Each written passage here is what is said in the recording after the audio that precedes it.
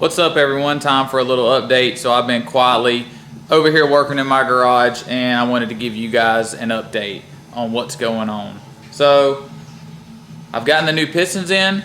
As you guys know, I went with the Diamond Mod 2K pistons again because I really like the old ones.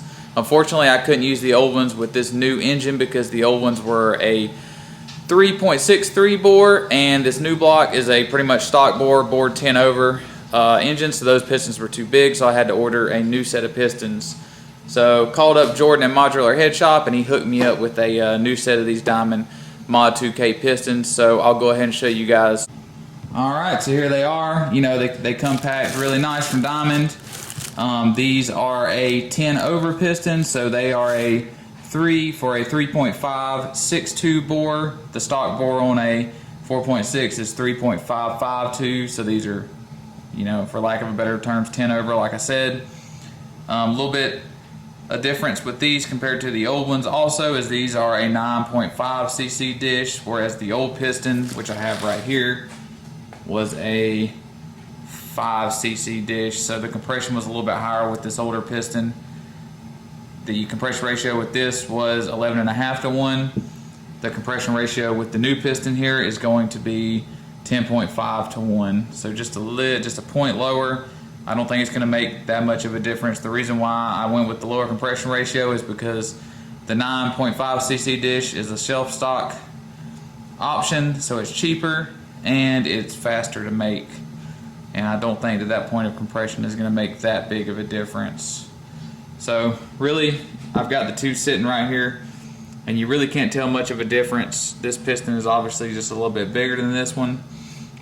Would have helped unshroud the valve a little bit better on the trick flow head with these, so the heads may have flown just a little bit better with this larger bore, but that's really all there was to be gained from that. So shouldn't see too much of a difference going back to the stock bore size.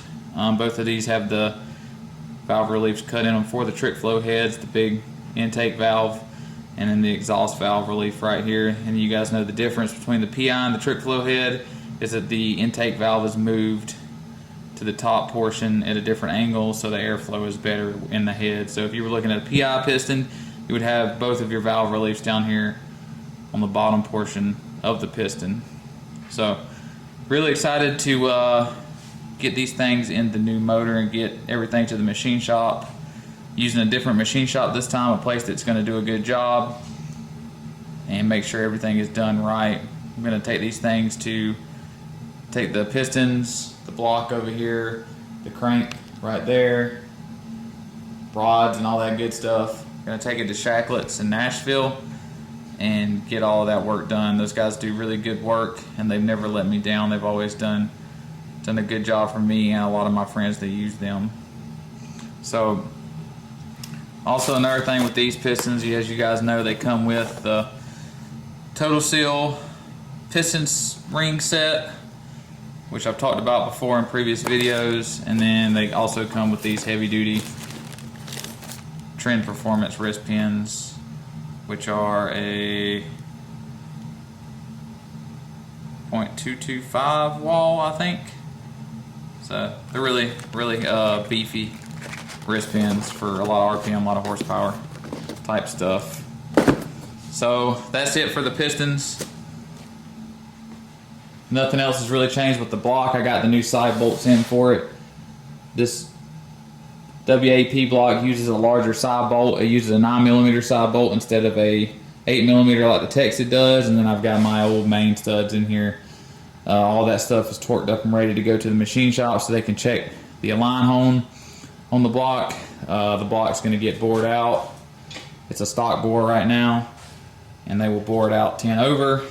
And I've also already re-drilled and tapped these portions of the block right here for the upgraded 9mm dowel pins, and I did not use the jig this time. I freehanded it with a drill and a tap, and it worked out just fine.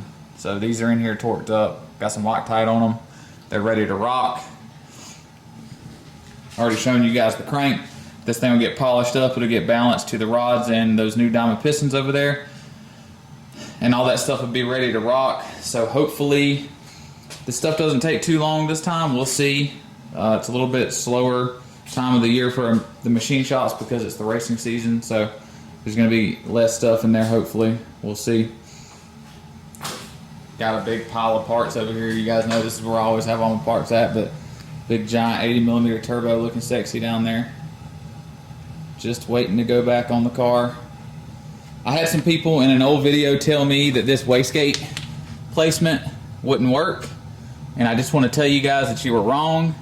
This wastegate placement worked perfect for the little bit of time that I had the car running. It held a steady 5 pounds of boost out on the street with this wastegate placement. It did not creep at all, even up to 8,000 RPM.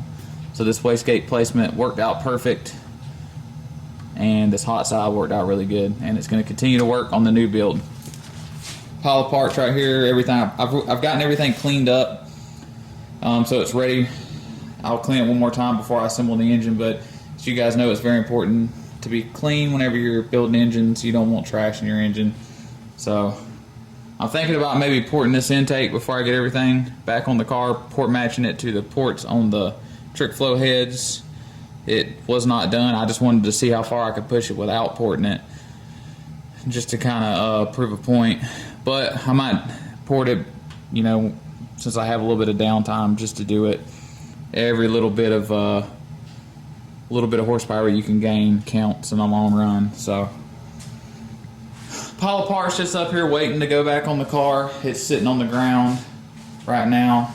I put some I got some UPR K-member spacers over here.